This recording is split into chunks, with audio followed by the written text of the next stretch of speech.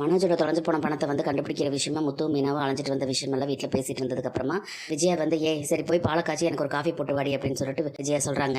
அதை கேட்டோன்னே முத்துக்கு வந்து பயங்கர கோவம் வந்துடுது. மீனாவே அங்கேயும் அலைஞ்சு திரிஞ்சு வந்திருக்கா, அவளே தான் இப்பவும் காஃபி போடணுமா, ஏன் பார்லரம்மா சும்மா தானே இருக்காங்க வீட்டில், அவங்களே போய் பால் காய்ச்சி காஃபி போட்டு தர சொல்ல வேண்டியதானே அப்படின்னு சொல்லிட்டு கேட்குறாங்க. மீனா இன்னைக்கு நீ பால் காய்ச்சி காஃபி போடுறது அந்த வேலையும் வச்சுக்க வேண்டாம், நீ வந்து இன்னைக்கு நைட்டு சமைக்கவும் வேண்டாம், பார்லரமாவே எல்லாமே செய்யட்டும் அப்படின்னு சொல்லிட்டு முத்து சொல்லிடுறாரு. அதை கேட்டோன்னே ரோஹினிக்கு வந்து அப்படியே பயங்கர ஷாக் ஆயிருது. ஆனால் விஜயா வந்து என்ன பண்ணுறதுனே தெரியாம சரி ரோஹினி நீயே போய் இன்னைக்கு போய் பண்ணு போ அப்படின்னு சொல்கிறாங்க. சரின்னு சொல்லி கிச்சனுக்குள்ள போய் பாலை காய்ச்சிட்டு ஒரு பாத்திரத்தில் பாலை ஊற்றிட்டு இஷ்டத்துக்கு டீ தூளை வந்து எடுத்து கொட்டுறாங்க ரோஹினி. பின்னாலே வந்து என்ன ஸ்ருதி வந்து எனக்கும் காஃபி போட்டு கொடுங்க அப்படின்னு சொல்லிட்டு கேட்குறாங்க.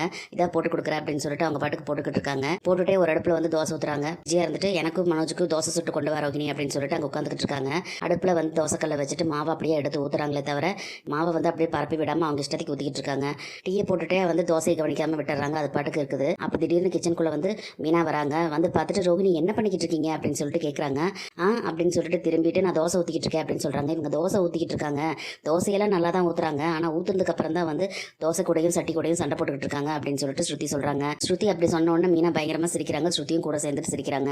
உடனே திரும்பிட்டு உங்கள் ரெண்டு பேருக்கு என்ன பார்த்தா சிரிப்பாக இருக்குதுல்ல அப்படின்னு சொல்லிட்டு ரோகிணி கேட்குறாங்க. இந்த வீட்டில் ஆளாளுக்கு என்ன பார்த்து சிரிக்க ஆரம்பிச்சிட்டிங்களே இப்பெல்லாம் அப்படின்னு சொல்லிட்டு ரோகிணி கேட்குறாங்க. உடனே மீனாவும் ஸ்ருதியும் சிரிக்கிறத நிறுத்திட்டு மீனா வந்து இல்லைங்க அது இல்லை, தோசை சுடும் போது தீயை வந்து இவ்வளோ ஸ்பீடாலாம் வைக்கவே கூடாது, கொஞ்சம் மீடியமாக தான் வைக்கணும். அது மட்டும் இல்லை தோசை சுடுறதுக்கு முன்னால் தோசை கடாயில் கொஞ்சம் எண்ணெய் விட்டீங்களா அப்பதான் ஒட்டாம வரும் அப்படின்னு சொல்றாங்க. ஓ அப்படியா அப்படின்னு சொல்லிட்டு அப்படின்னு சொல்லி முடிச்சிட்டு இல்லையே நான் எண்ணெயெல்லாம் ஊற்றலையே அப்படின்னு சொல்லிட்டு ரோகிணி சொல்றாங்க.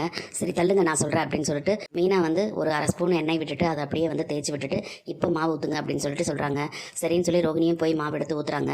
அவங்க பாட்டுக்கு தோசையை பரப்பாம ஊத்தப்ப மாட்ட ஊற்றி விடுறாங்க. இப்படி ஊற்றக்கூடாது, அதை நல்லா பரப்பி விடுங்க அப்படின்னு சொல்லிட்டு சொல்றாங்க மீனா. அவங்க பாட்டுக்கு மாவு மேலே கரண்டி வச்சுட்டு எனக்கு இப்படி தாங்க வருது அப்படின்னு சொல்லிட்டு சொல்றாங்க.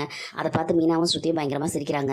இவங்க கிச்சனுக்குள்ள இந்த கூத்து நடந்துட்டு இருக்கும்போது வந்து டைனிங் ஹாலில் உட்காந்துட்டு மனோஜ் வந்து பசியோட தட்டை பார்த்துக்கிட்டு உட்காந்துட்டு இருக்காங்க. அப்போ விஜயா வந்துட்டு நாங்கள் வாங்கிட்டு வந்த சாப்பாடை கூட நாங்கள் ரோஷத்தில் சாப்பிடல, நீ சுட்டு கொண்டுட்டு வரதுக்காக தான் வெயிட் பண்ணிட்டு இருக்கோம், எனக்கு பசிக்குது, எனக்கும் 2 தோசை கொண்டு வர ரோகிணி அப்படின்னு சொல்லிட்டு அவங்களும் கேட்டுக்கிட்டு இருக்காங்க. உடனே கிச்சனுக்குள்ள இருந்து ஸ்ருதி வந்துட்டு தோசையெல்லாம் இல்லை ஆண்டி, இங்கே ஊத்தாப்பம் தான் இவங்க ரெடி பண்ணிக்கிட்டு இருக்காங்க அப்படின்னு சொல்லிட்டு சிரிக்கிறாங்க. உடனே டைனிங் ஹாலில் இருந்து மனோஜ் வந்துட்டு ஏதோ ஒன்று சீக்கிரம் கொண்டுட்டு வா பசிக்குது ரோகிணி அப்படின்னு சொல்லிட்டு கத்திக்கிட்டு இருக்காரு. இவங்க இப்படி பேசிட்டு இருக்கும்போதே வந்து ரோகிணி வந்து தோசை கவனிக்காம அப்படியே நிற்கிறாங்க. தோசை கருக ஆரம்பிக்குது. மீனா வந்துட்டு அங்கே பாருங்க தோசை கருகுது, திருப்பி போடுங்க அப்படின்னு சொல்லிட்டு சொல்றாங்க. சரின்னு சொல்லி ரோகிணி தோசை திருப்பி போடுறாங்க. அப்போ ஸ்ருதி வந்துட்டு நான் டீ கேட்டனே அப்படின்னு சொல்லிட்டு கேட்குறாங்க. இதா எடுக்கிறேன் அப்படின்னு சொல்லிட்டு டீ பாத்திரத்தை கையாலே தொடுறாங்க. பசிக்குது சீக்கிரம் எடுத்துட்டு வா அப்படின்னு சொல்லிட்டு ரோகிணி கிட்ட கூப்பிட்டு கத்துறாரு மனோஜ். இதா எடுத்துட்டு வரேன் அப்படின்னு சொல்லிட்டு பிஞ்சு போன தோசை தீஞ்சு போன தோசையெல்லாம் எடுத்துட்டு போய் மனோஜோட தட்டத்தில் 4 வைக்கிறாங்க. விஜயோட தட்டத்திலேயே 2 வைக்கிறாங்க. வச்சுட்டு சட்னி எங்க வெறும் தோசையா திங்கிறது அப்படின்னு சொல்லிட்டு மனோஜ் கேட்கிறாரு. இதை எடுத்துட்டு வரேன்னு சொல்லிட்டு ஜாரோட தூக்கிட்டு வந்து சட்னி வைக்கிறாங்க. வச்சுட்டு அவங்க போனதுக்கு அப்புறமா இவங்க தோசை சாப்பிட்றாங்க. உடனே மனோஜ் சாப்பிட்டு பார்த்துட்டு ஐயோ ரொம்ப காரமா இருக்குதுமா அப்படின்னு சொல்றாரு. எது தோசையா அப்படின்னு சொல்லிட்டு விஜயா கேட்குறாங்க. சட்னிமா அப்படின்னு சொல்லிட்டு மனோஜ் சொல்றாரு. விஜயாவும் ஒரு வாய் வச்சு பார்த்துட்டு ஐயோ காரமா இருக்குடா மனோஜ் அப்படின்னு சொல்லிட்டு அவங்க இருந்து தண்ணி குடிக்கிறாங்க. அம்மா என்னம்மா இது தோசை இப்படி கருப்பு கருப்பா இருக்கு அப்படின்னு சொல்லிட்டு மனோஜ் சொல்றாரு. தோசையை திருப்பி பாக்குறாங்க விஜயா. ஆமாண்டா தோசை வேக கூட இல்லடா அப்படின்னு சொல்லிக்கிட்டு இருக்காங்க. தோசை கொடுத்துட்டு கிச்சனுக்குள்ள வந்த ரோகிணி பார்த்துட்டு என்னங்க இது அப்படின்னு சொல்லிட்டு ஸ்ருதி கேட்கறாங்க. நீங்க தானே டீ கேட்டீங்க, அதான் போட்டு கொடுத்துருக்கேன் அப்படின்னு சொல்றாங்க.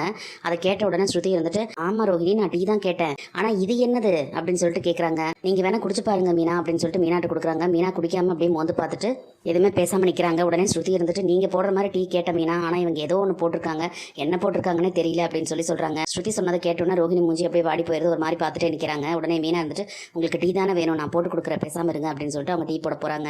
உடனே கோவமா வந்து ரோகிணி கிச்சனை விட்டு வெளியே போயிடுறாங்க. ரோகிணி வெளியே வந்தோன்னே விஜயா இருந்துட்டு இவ்வளோ காரத்தை யாரு சாப்பிடுவாங்க, எனக்கு தோசையும் வேண்டாம் ஒன்றும் வேண்டாம், நீ பாலை மட்டும் எடுத்துட்டு கொண்டு வந்து என் ரூம்ல கொடு அப்படின்னு சொல்லிட்டு அவங்க போயிடுறாங்க. ஆண்டி அப்படின்னு சொல்லிட்டு கூப்பிடுறாங்க. ஆனா அவங்க பாட்டு பேசாம போயிடுறாங்க. மனோஜும் எனக்கு இந்த தோசையெல்லாம் வேண்டாம், நான் ஏதாவது சாப்பிட்றதுக்கு ஆர்டர் போட்டுக்கிறேன் அப்படின்னு சொல்லிடுறாரு. மனோஜ் அப்படி சொல்லிட்டு எந்திரிச்சு போறதை பார்த்து ரோகிணி வந்து அப்படியே முறைக்கிறாங்க. ஐயோ முறைக்கிறாளே அப்படின்னு சொல்லிட்டு மனோஜ் அங்கிருந்து ஓடிடுறாரு. எரிச்சலோடைய பிளேட் 2 எடுத்துட்டு கிச்சனுக்குள்ள வந்து அப்படியே வச்சுக்கிட்டு அப்படியே கடுப்பா நின்றுட்டு இருக்காங்க ரோகிணி. ஒரு நாள் சமைக்க சொன்னதுக்கே இந்த கூத்தெல்லாம் நடந்துருச்சு. விஜயாக்கு இப்படித்தான் வேணும். ரோகிணி கையால் 2 நாள் சாப்பிட்டாங்கன்னா மீனாவோட அருமை புரிய வரும். இனி என்னெல்லாம் நடக்க போகுதுன்னு சொல்லி நம்ம பொறுத்து வந்து பார்க்கலாம் ஃப்ரெண்ட்ஸ். நம்ம வீடியோ பிடிச்சிருந்தா லைக் பண்ணி சப்ஸ்கிரைப் பண்ணுங்க. தேங்க்யூ.